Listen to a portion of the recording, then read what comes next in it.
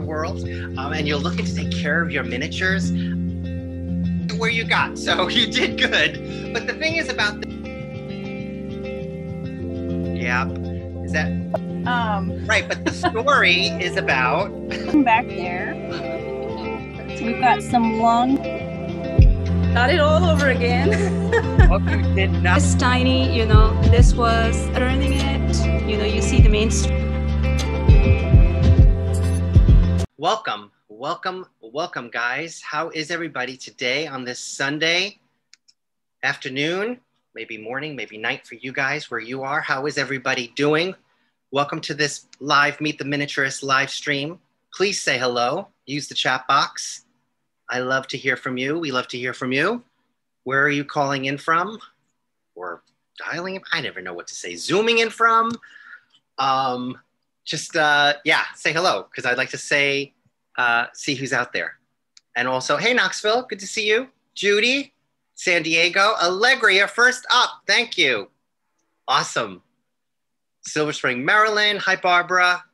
Yvonne from North Carolina, Santa Cruz. We have Glen Allen. Lehigh, Utah. Hi, Heather. Great to see you. We got Fort Collins, Colorado.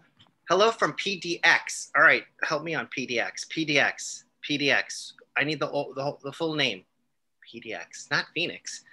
Elk River, Minnesota. Portland. Hi, Portland. Hey, Mike. Good to see you. Denise and Dawn is on. We have another minute, but still love to hear where you guys are zooming from. And if you're a first-time Meet the Miniaturist viewer, would love to know. If this is a first event that you're attending, I'd love to know if this is, your first time with us. And if it is, thank you. And even if you're returning, thank you. It's great to see everybody here. This is going to be an awesome, oh, good, Mark. Mike, it's your first. This is going to be a really great Meet the Miniaturist. And I'll tell you why. Because this Meet the Miniaturist is sponsored by hbsminiatures.com. If you don't know about them, they have been around since 1975. And they have basically supply you with everything you need to make miniatures. So between the furniture, the accessories, the building materials, they are the ones to go to, miniatures.com. And for the viewers who are on today, they are offering, in an effort to celebrate this event, they're offering a special coupon or a promotion to Meet the Miniaturist viewers. If you go in and you order, you will get 40% off your highest priced item on any one order through Tuesday, June 29th, end of day. So do that. The promotional code is going to be MTM40A. So we're going to pop that into the chat box. Donald is on the line with us, so say hello to Donald. And thank you, Donald, for helping out today with the behind the scenes stuff. So promo code MTM40A to get 40% off one item. So thank you to miniatures.com for sponsoring this event. I'm excited to hold this event. But a little bit of housekeeping before we get to the actual event, which we're going to be talking about the creating contest. A couple of things. If you missed any of my Meet the Miniaturists, you can go in and watch any of the replays on my YouTube channel. A couple of the recent ones have been Lauren Dodge, who has an amazing account called Southern Gothic Dollhouse.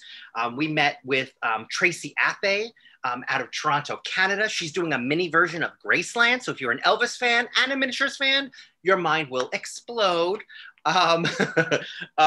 So definitely go and check out the replays on my YouTube channel. We're going to post the link in the chat box.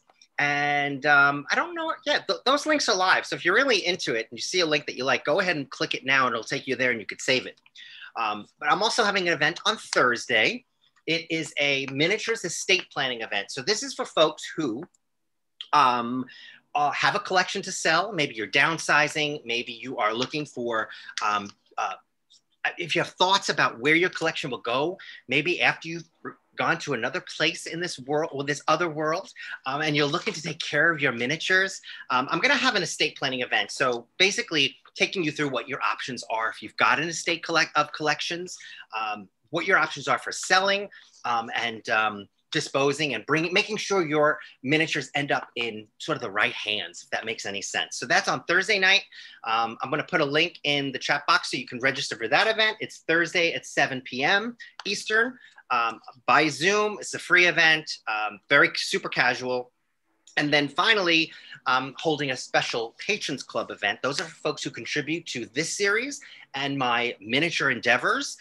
We're doing a special Patrons event on July 8th at 7 p.m. Again, the registration link is here, as well as a link if you want to contribute to any of my Meet the Miniaturist series or episodes.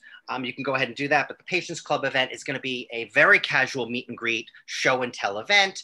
We're going to have the Patron Club members each kind of take us through one of their most treasured or special miniatures that they want to share with the group.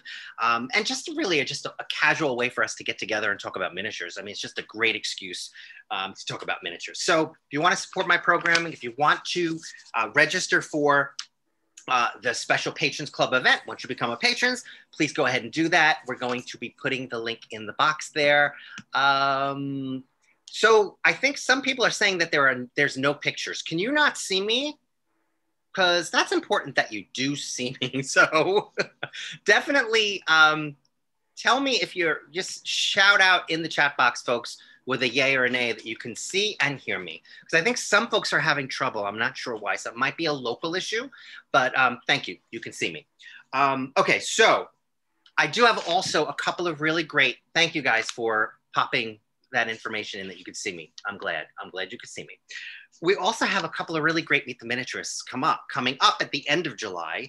I will be having Lady Delaney, who is she's also, well, it's Lauren Delaney. She's known as Lady Delaney or L Delaney. She's an amazing miniaturist. She does a lot of paper crafts, but she also does a lot of like Cabinet of Curiosity types of things. She's really super interesting. She's out of Louisiana. She's going to be on Meet the Miniaturist at the end of July. And then I'm also going to be having I call her like she's like an urban dioramist. Her name is Tracy Aldama out of also Canada. I'm having her on at the end of July. So you're going to want to sign up on my website for all my updates. That's how you find out how these events are happening. And you'll get links to register. Most of them are free. So you'll want to click the link in that we're going to post in the chat box and sign up for my newsletter email, because that's how you find out what's going on. So with that, I will like to again thank hbsminiatures.com for sponsoring this. So glad to be partnering with them on this series. We've done a couple of them already, and they've been super fun, including one previous Create and Contest winners episode where we had a few of the winners, but we're going to do this again because we had so much fun. And plus, there are some really talented miniaturists who are involved in this contest, and we want to bring them forward and we want to chat with them, and I want them to see who you are. So we're doing this Create and Contest thing again and having the winners on for this special winners edition. So with that, this is just also, let me tell you a little bit about the Create and Contest before we bring up the first winner for this episode. So hbsminiatures.com has been putting on this contest every year for at least the last 27 years. And this is just a way to inspire and just get the imaginations going for folks out there. And you start out with a simple kit that you purchase from miniatures.com. They set, and you just go to town and you create whatever you want with that kit. And there are a number of wonderful, they're just wonderful, awards from all different segments, including like first, second, and third prize winners, but also recognizing folks who might have just started making miniatures, so they're new to this contest. So it's really a great way to get everyone involved from all different levels of skills and abilities. So with that, we're going to be talking about the winners from the 27th annual contest, which happened last year. So we're still going through and meeting some of the winners. And let's actually do that. Let's meet some of the winners. The first one I'm going to bring up, her name is Diane Gordon. And we're going to also share social media channels in the chat box so that you can reach out to these folks when we're done. If you have any other questions, if you haven't had any questions answered here. And by the way, chat box is open. If you're just joining, if you've never been on one of these, this is pretty casual. Please use the chat box. I try to get to as many questions as possible. and we'll, but like I said, if you really have a question that you want to get to some of these folks that we're going to be interviewing, definitely reach out. I'm sure they would love to hear from you. So the first one we're going to bring up is Diane Gordon, and she is actually a third place winner. So like I said, this is, runs the gamut in terms of first, second, third, first time entry winners, etc. So with that, we're gonna try and see if we can get Diane up. Hold on. Let's see. Hold on, Diane. Oh, she's there. Are you there? I'm here. She's there. Awesome. I'm here. I can't see you for some reason, but good. Okay, so you're there. So, Diane, how are you? Good to see you. Thank you for joining today. Thank you. Yay. And cheese seller, thanks to you. Cheese seller. Yes, yes. What did I say? I'm sorry. I messed up. No, you said the right thing. Oh, good. Okay, but, good. We're both here, so. Yeah. So, Diane, thank you for joining. Tell us a little bit about yourself before we dive into that beautiful, that cheese seller that is right beside you. Tell us a little bit about yourself. I know you're in the LA area. How long have you been making miniatures? What's your involvement in this category? I got a Lundy dollhouse when I was 9. Yep. Yeah. And since I didn't have an income when I was 9, I started making miniatures at 9. Yeah. Out of like toilet paper rolls and Play-Doh, whatever. Yeah. I've advanced. Clearly. So I've taken some breaks though. I had a 30-year break from doing miniatures while I was working as a seamstress, a costume designer instead. Oh, interesting. So you sort of have a craft art background. I do. So you were in the film industry? I have sewn things for films, but I was not in the film industry per se. That's too glamorous. But working as a seamstress. Yes, doing a lot of plays for high schools and more along those levels. Yeah, but still, that's awesome. All right, so you have this ability, clearly, skills for, crafting and making and creating. Okay, so there was this, as it is always the case, people who start out loving miniatures, have a dollhouse growing up, life happens, and you move on to other things. But you're saying, so there was this 30-year gap, and then you rediscovered. I did. I had a dollhouse that belonged to my daughters for a while, and the way I describe it, I always say after they played with it for 10 years, it looked like renters were in there. Squatters. Right, squatters. Oh, you've seen my house. So I decided to get rid of it. But as I was getting rid of it, I decided to salvage a few of the broken pieces. Yeah. And it took hours of salvaging. And by the time I was done with that, I decided I could not part with this house. Yeah. Instead, I was going to confiscate the house, and it was going to be Mommy's house. So claimed it as yours. Yes, and since it was mine, I could pour real money into it. So I decided I would pick up some accessories. I thought I would start with some fun little food items. Yeah. Because those were the things that were missing, the small things that I didn't let the children play with. So I went to the internet and I started to look up food. Yeah. And when I regained consciousness after seeing the prices, I decided I'd better learn how to make my own food, and I have. So you are an Etsy seller, and you super concentrate on food. So that is your thing. That's my only thing. That's your only thing. Well, the only thing that I sell. I can do, I don't want to say everything, but I can do a lot. But I only sell food. Yeah. Do you want to call out? I don't have the link to your Etsy site, but how can people find you on Etsy before we get into the cheese? They can find me at Tiny Appetites with an S. Tiny Appetite. And we're going to put the Tiny Appetite link in the chat box too, so they can find you on Instagram in case they still want to find out how to find you. Awesome. All right. So is this your first time entering this contest? It is. It is. And you won 3rd place. That is pretty awesome. So take us through the decision process, because it's a big commitment. Tell us about that process before we talk about the beautiful work. Like, did you decide to do it? Did you waver at all? But did you put yourself all in it? Like, what was your thinking? My thinking was this. My adult daughter showed me your creating contest kit, and she said, "Oh, you should do this." And I said, "No, I have enough to do." And she bought it for me for my birthday. And it arrived. on December 1st. I didn't know that other people had a year to do this. I said to her, I have 17 days and it's Christmas time. Are you out of your mind? I'm not doing it. So then I went to bed on December 1st saying I wasn't going to do it. But then I got up on December 2nd, changed my mind because I love a challenge. Oh my goodness. So you pulled this together in 2 weeks? Yeah, 2 weeks because I had to have it to the photographer even before your deadline. So yeah, 2 weeks. Okay, so take us through this. I mean, you're the first up. So tell us just what the raw kit is before we talk about how you completely embellished it and made it a cheese cellar.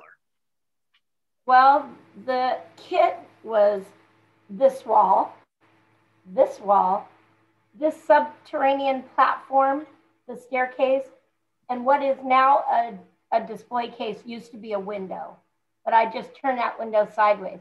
Right. I didn't realize when I jumped into your contest that I was allowed to add anything to the kit. I did not know that till it was over. Yeah. I thought we had to keep the integrity of the two walls, the floor, the stairs, and that was it. Yeah. I didn't even do the back of my piece. Yeah. I didn't get it. Now I get it. That's your first time around, and look at where you got. So you did good. But the thing is about this contest is there are really not a lot of rules. You just have to basically start with the kit. All right, so let's talk about tell us about this whole piece. I mean, you make food. Okay. There are a lot of these pieces already made. I have to imagine a lot of it was made already. A few things were, my stipulation for even joining the contest was if I'm going to put this kind of monumental effort into making something like this 2 weeks before Christmas, 3 weeks before Christmas, yeah, it has to speak to what I do for a living, which is food. So there was no question. It had to be food. And because of this platform, I just felt this was an underground building. Yeah. So I was either going to end up doing a wine cellar, a cheese cellar, or some sort of dried cured meats. Yeah. And cheese was the fastest. And the easiest. Right. So I started rolling cheeses. There's 170 cheese rounds in this piece, or wedges. And so that much I did in a couple of days. My son has his own Etsy store, Tiny Craftsman. He 3D prints. He did the barrels for me. He did all the custom cutting boards. Nice. He did this. Yep. Is that? So all I had to do was show him what I wanted. So I was doing a lot of research those first couple of days. Yeah. What I thought would fit into this kind of cellar. So I had some pictures. The closest thing I could find to what was in my head was something I found online called it was a Russian cheese cellar. It was all antiquated, but I wanted mine to be a mix of modern and antiquated. Yeah. Like this particular railing, I don't think you'd see in anything antique. Yeah. I have a sister who's a Hollywood set designer. My mother was a set designer and an art director. So I had a lot of people throwing their ideas into the mix. So they were able to help me with standard codes, like how high the railing needs to be off the staircase, how high a doorknob needs to be real, the gaps in the shelves, the building materials. I didn't have to think much. I just had to do a lot. Right. And tolerate my family for a few days. So I was going to ask you what the greatest challenge, beside the fact that you had so little time, what did you find? What was the biggest challenge, and what was your biggest learning? Working with my sister, biggest challenge. Yeah. But I love her, and I'm grateful. I don't remember there being any challenges. Everything we did, we were excited to try. Right. This particular piece is something, it's my favorite piece. I don't know if you can see it. I can see it. It's a Parmesan cheese shaver. Yes. And that's something I'd never seen before. And when I saw it, I was very excited to make it. Yeah. And what is it made of? Is it polymer? polymer clay, a little bit of cardstock, and an earring backing. Yeah, it's awesome. Yeah. I want to get a question here from the chat box. Sabrina wants to know, how did you do the stonework? Because the stonework is nice, really nice. That's just torn up Starbucks cartons. Cartons. Yeah, So she's talking about this stonework. Texture. And then if they're finishing, do you have finishing techniques using acrylics, oils? What did you use as far as the aging and the shadowing? And I tore up all the egg cartons and I soaked them in white glue, stuck them wherever. And when they dried, I rubbed drywall spackle into that. And after that, I just used old bits of not too porous sponges dipped in different colored paints, wiped them on. I use my fingers a lot. Nothing special. I didn't glaze it or treat it with anything. I left it a matte finish and I use, is this a bad word, crappy? I use crappy paint. I only use those little like toll painting bottles from Hobby Lobby. Nothing special, nothing sexy, nothing expensive. Yeah. And I mean, I think that's the trick, miniatures, it does not cost a lot for materials to make miniatures. You don't have to use high-end paints. You could just use the 99-cent Craft Mart, from Michaels. You really don't. But some of the things you do need to know, which we just learned here, which is really nice, is you don't need paintbrushes. You could use your fingers. In fact, some people say they have more sponges and rags. Sponges and rags. So those are great tips. I do want to take, if there's, let's just say, actually it's a comment. They're loving the hand truck. I love the hand truck too. It's one of my favorites. What is that hand truck made of? That is made out of plastic, and that came from 3DR Cam. He prints a lot of my stuff. Wow. Awesome. So he did that. And then again, it came just plain gray. Yeah. And I rubbed it with some brown paint. It's wonderful. It really is. And I always say, don't be afraid to dip something in paint, acrylic paint, because it washes right off with water and you can start over. Right. You have nothing to lose. Yeah, no, that's really awesome. That's great advice. This has been a great little chat. This has been wonderful to see your work. Congratulations on your third place win. Are you planning to be in again? Well, I'm not going to pick my kid up on December 1st if I do. All right, so it's a maybe. It's a maybe. It's a maybe. That's awesome. Well, thank you so much, Diane. This has been awesome. We're going to bring up Montana Marshall, and we're going to chat with Montana about her piece, which is, I'll tell you a little bit about it while we're bringing her up. Montana Marshall, she's actually from Portland, from Oregon, and she's a first-time entry winner, and her piece is inspired by the Demon Barber of Fleet Street, which, if you're familiar with the Broadway hit Sweeney Todd, you will recognize this work. I see Montana, she's there. It's great to see you, Montana. So tell us a little bit about yourself. You have a really interesting way to describe yourself and your interests in certain things that make you completely unique and interesting. So introduce yourself and tell us a little bit about yourself. I've been collecting for many, many years for minis, and I've always been the weird kid. Lots of nerd mixed in and a lot of creepy and spooky. So that's a little bit about me. And I'm looking at that artwork behind you. I'm sorry. I'm looking at your piece, but I'm also looking at that wonderful piece behind you that's framed. It's amazing. Oh, yeah. That's actually a friend did that. It's awesome. So it's not mine. We're not here for that. Sorry. You distracted me.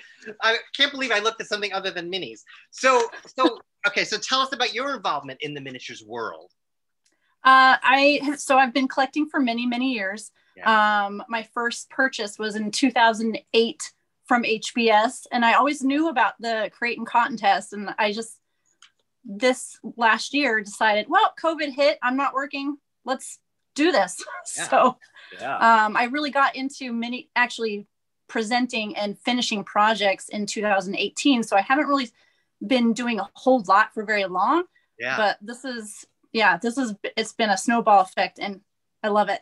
Yeah. So what was your inspiration? Now you talked a little bit about, you know, your interest in the spooky and stuff, but tell us a little bit about what inspired you to go full on this project. Is actually the design of the kit itself actually inspired that scene. I had another creepy London scene in my mind, but Sweeney Todd is the one that won. Yeah. All right, so tell us about this piece. Tell us about the work. I love the fact, I mean, yes, the kit comes in 2 levels, but I love the interpretation. The fact that there are stairs going up, that the barber, you know, tell us a little about the story, just like a 1-minute version of the story, and then let's dive into the piece. So this is, I guess, prepping up for the next meat run, I guess. Right, but the story is about a demon barber who basically knocks off guests or his customers, right. And the bakery below grinds it up and makes meat pies. Yay. For the town to enjoy. Everybody loves it. I love it. Well, I think it's awesome. It's awesome. So there are a couple of like really nice elements that we can't actually, if you wouldn't mind, can we get a little bit of a close up? Yeah. Because I want to talk. I love the sign. I love the cobblestone street, and there's a story behind the cobblestone street, which we're gonna maybe hear a little bit about. Yes. And then I love, one of the other things that I love is how you were able to frame that piece in the window of, you know, the action. So let's get some close-up views. Yeah. All right. Oh, so Heather is saying she had no idea about the story. Yeah, it's an amazing story, and it's a great. I mean, it's Sweeney Todd. Oh yeah. Oh, nice. Talk about some of the pieces that you made for it. So okay. And I'm on. Is it a mix of things that you've made, things that you've collected? Collected most of it. I think it's stuff that I've made. Yep. I'm just trying to inventory everything really quickly. But yeah, I did a lot of stuff. Some stuff I don't even bother with. I got a lot of experience with making food. By the time I was done, my meat pies were the last ones that I created. I did the parsnips and the turnips and the potatoes and the slop, that I guess meat filling. Yeah. The pot. That's great. And a couple of other items were 3D printed by my husband, who nice. You can follow also at Bronze Bear Forge. But there you go. So that's that. Yeah. The garlic was the first attempt and it came out terrible. But you had mentioned when we spoken that you there were a couple of, like, you know, challenges you had, a lot of redos, which is perfectly normal. But what were the biggest challenges? The biggest challenge was this lovely little poster. Oh, see, now I love the posters. The poster. Yeah. I was a crazy person and decided to hand write all of it in teeny tiny. You did. And I did it I got that far in 3 hours, and then I messed up at the bottom and I said, oh well, and I just cut it off. So that's the end result. It's really good. I didn't know why I liked the poster so much, but now I know why. It's because it's hand done. I wanted to make sure I used very individual font from that time period. It was very hard to find, but anyways, and the gutter actually was the other challenge. Mm-hmm. Believe it or not, I just could not get those angles right. Yeah, but I love the gutters too. They're really great. And I love some of the weathering that you've done, the rusting effects. And I'm also noticing sort of like the banisters and the dark parts at the bottom. And is that a decision? Yeah, that is. I figure back alley for 18th century London, rainy, wet. Yeah. Lots of coal in the air would make a whole bunch of grime at the bottom of things like banisters and stairs and things like that. It looks like it is. It's been you know, it's what rained on a lot. Like it looks water soaked. I don't know the word I'm trying to. Yeah. Wet. Oh, and there's the window with the activity behind it, which I love. Yeah. You know what we passed up really fast? I love the flickering fireplace underneath. Oh yeah. And like, can we just show? Yeah, I love that. Love that. And we did have a question from Suzanne, wants to know about the brickwork. Okay. Yeah. So the brickwork is paper clay, Paper clay. all handmade bricks and cut and laid, and then filled with more paper clay, as well as the cobblestones here. Yeah, and could we just acknowledge that you have 3 different kinds of stones? You have bricks, you have cylinders, and then you have the cobblestone. Yeah, so I've got these, and then the regular brick, and then cobblestones here, and these interesting gutter type bricks. Oh, so there are 4 kinds of brick. Yeah. Very impressed. So and then what's the treasure in the brick? Oh, the treasure in the brick or the cobblestone is Easter eggs. Right here would be a little skull. And to keep with the theme of meat pies, where is it? There's the heart. Oh. And I think that's a spleen back there. We've got some lungs over here. Oh my goodness. There's some other ones hiding, like a liver and some kidneys somewhere. That's great. We did get a comment about your penmanship, which is amazing. And then Heather wants to know, how long did it take for you to finish this project? It was about 2 months because I put it off for too long. Yeah. That's awesome. It's really awesome. Wonderful, wonderful work. All right. So can we pan out and see the whole thing again? Yes. All right. Yeah, look at that. Oh, just wonderful. Oh, was there a question about the molding that you used? We talked a little about the molding, which I think is wonderful. So this is molding that I just had scrap laying around. It was actually picture frame molding that worked absolutely perfect for the cap. Yeah. Husband also helped with that too. Yeah, it just goes back to, not everything has to be so expensive. You can find these awesome things. It just takes a little bit of time and then just to find. So we have one more question from Heather about the backlit window. Is it possible to see the back? It is not finished. It's just it has all the electrical back there. Yeah. And currently just a lamp backlighting the window. Right. But is it a hurricane lamp I see that's on the table there? Oh yeah. There's also in a razor. Oh, I love that. So is that a traditional light bulb you're using, or is that an LED? Looks flickering-ish. It is incandescent, I believe. It's not LED. Same thing with the porch light. I unfortunately hooked them all to the same circuit as the fire, which is flickering. So those now flicker as well. I thought that was intentional. It's kind of nice. It's really nice, actually. I'm a big fan of the incandescent lights because you don't capture that sort of glow, that yellowish glow LED. So good choice there. Heather is noticing the teeny tiny keys. I didn't see teeny tiny keys. Oh, they're so teeny tiny. Oh, I see the teeny tiny keys. Fantastic. So does anybody have any other questions before we let Montana go? I just think this piece is just so much fun. And I bet you had just so much fun with it. I loved it. You loved it. So let me ask you, are you planning to compete again this year? Yes, I am. Nice. I've already started. So you already started? Yes. So what advice would you have to folks who are just starting? Maybe they're thinking about doing this. What advice would you tell them?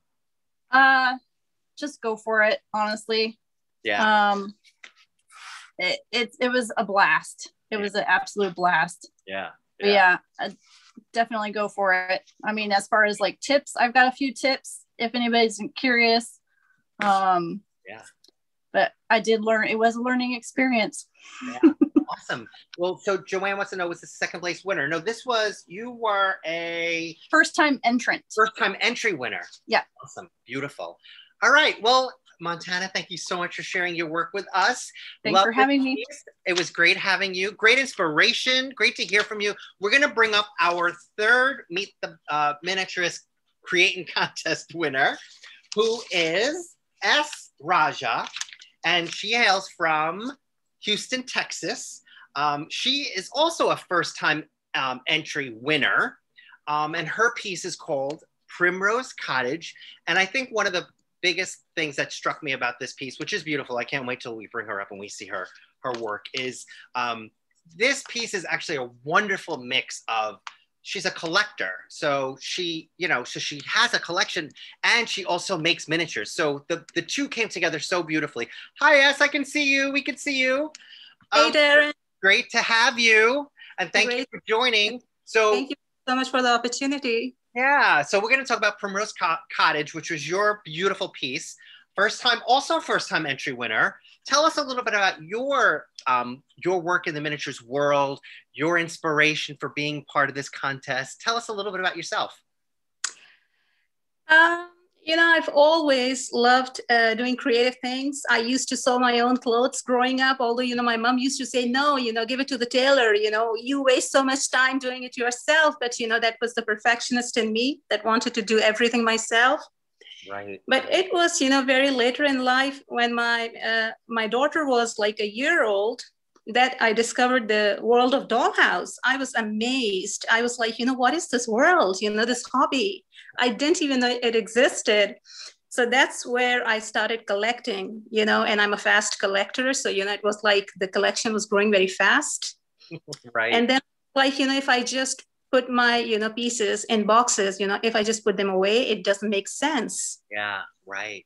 That's where the desire to, start building boxes and doll houses, started, where I was like, I need to display what I have because, I'm not enjoying it. And that was the time, I started making mini rooms. Yeah. Okay. So that's how it started. You started making room boxes, and then you decided to enter this contest. So how did that come about? What made you say, all right, I'm going to try this? Okay, so I wasn't on social media for a very long time, and I joined Facebook a few years ago, and then it was after that I joined Instagram. And the time I joined Instagram was the time this contest was like everybody was talking about it, and I was like, what is this contest? And then I looked into it, and then I was like, it was a very interesting concept to me. This was the first time I was like, I heard about it, and then I was like, I need to do this. Mostly to gauge, what my skill level is, what's the quality of my ideas is. So I was like, I need to do this. Yeah. I'm loving hearing about this whole journey of yours, going from straight on collecting to making, now to competing. It's amazing how it's just all working, in a direction for you. It's very nice to see. I'm really loving hearing about this. So tell us about Primrose Cottage. So Primrose Cottage is your entry for the contest, your first time entry winner. Congratulations. Thank you. So tell us a little about the inspiration, and then maybe we can see it. Well, I bought a kit to start working on it. I did. I was 25% in it, and then I realized that I wanted to do it differently. So I went ahead, bought another kit. Yeah. Started all over again. Oh, you did not. I did. There are two design philosophies that I think we talked about, or I heard from. One is your design philosophy about, being perfect, and then the design philosophy around around Primrose Cottage. You have to talk about both of those because they're really interesting ways of you pulling it all together. And it's very interesting for me too, because, through this art, I'm also discovering my own self. And that's very interesting to me. So, one side of me is a perfectionist, where even if a beam is out of place, I need to take it off and do it again. If there's something I don't know how to do, then I need to learn how to do it. So that's the perfectionist side of me. And then there is a wabi-sabi, that's the term I mentioned. Wabi-sabi is like a Japanese aesthetics that embraces the broken, you know, the imperfections, the impermanence. So when I am doing something, you know, I bring those both sides together in perfect balance where, you know, the construction of the structure has to be perfect, but, you know, I show brokenness and dilapidation. Yeah. And so I bring both the things together. Yeah. There are a lot of competing ideas in your piece when we see them, when we see it. So let's I can't wait to get to it. But there's a lot of that yin yang happening with this piece. And I think it starts directly with the fact that this is a two-sided piece. And I know you have it on a wheel and you're going to spin it for us, but there are actually two distinct parts, the inside and the outside of this piece. So I just wanted to just acknowledge that there's so much more to this than just one thing that you see. But let's take us through it. Take us through it, starting with that wonderful tree. You know, originally when I started, you know, I didn't realize that I was going to do both sides. But, you know, as I was like getting more and more involved, I was like, why not? You know, it has to be interesting on both sides. So I ended up finishing, and that was a big struggle to finish like so many sides. Yeah. So this tree is hand sculpted over wire, and I had to hand paint the leaves. The leaves were hand painted in two colors. You know, one you have to show on the ground, like, you know, they're turning brown, but, you know, the ones on the tree are still kind of orangey yellow. Yeah. So the tree was a challenge in itself, but, you know, I managed to do it in the end. And then if you see, I show a lot of aging and weathering, and that's kind of, you know, my signature style. Yeah. So I did a lot of that in my work. And then there was a fence, and I created this gate, which was not part of the original plan, but, you know, I had to do it. It opens. There's a latch on the other side. And if you kind of latch it from the other side, it closes, you know, it's kind of. It's a great detail. It's wonderful. This tiny, you know, this was in my collection. I kind of sometimes collect mini cottages too. And you can tell I love cottages. So this was part of my collection made by somebody else. It's a signed piece, hand painted. So I added to the gate. Then once you start turning it, you know, you see the main structure. I absolutely loved the roof when it was done. You know, there is like leaves, fallen leaves, and, you know, weathering and all of that stuff going on. I made the shutters. This was like, you know, an idea from Pinterest. I love those shutters, and I recreated them in miniature. Beautiful. All of this, you know, this is real brick that I used because, and I actually did this flooring twice because the first time I wasn't happy. I took every brick out and I started all. That's where, you know, it took me a very long time to finish this. I bet. Then this is the outdoor scene. I also, you know, hand painted. I didn't make a lot of things, but, you know, I hand painted a lot of my stuff. The chickens were all hand painted to give them a different look. Yep. I made the plants. All the plants were made by me. And there's a mini lantern. Yeah, I love the metal roof. That's probably one of my favorite pieces. Thank you. Metal, or is it corrugate? This is cardboard, but again, you know, it's been painted in a way that it gives the look of weathered metal roof. Yeah, it's great. It's great. Oh, thank you. So once you start turning the structure, then you see the inside of the cottage. I love that. I just love how you turn it and it reveals a whole nother side. And it has plastered walls, a lot of woodwork on the roof. Yeah, talk a little bit about how your idea for this cottage was. It was bringing the old and the new together, sort of like a journey. Can you talk a little bit about that? And then I want to talk about that ceiling. Well, I mean, cottages are, you know, extremely charming to me. So when I was building this, it was not going to be a brand new cottage. It was a cottage that's been there for like a long time. You know, it has seen many storms. And I mean, like, you know, when I am making something, it's very close to real life. You know, that's what I'm depicting, basically. You know, it's been through a lot, you know, it's seen a lot, but still standing strong.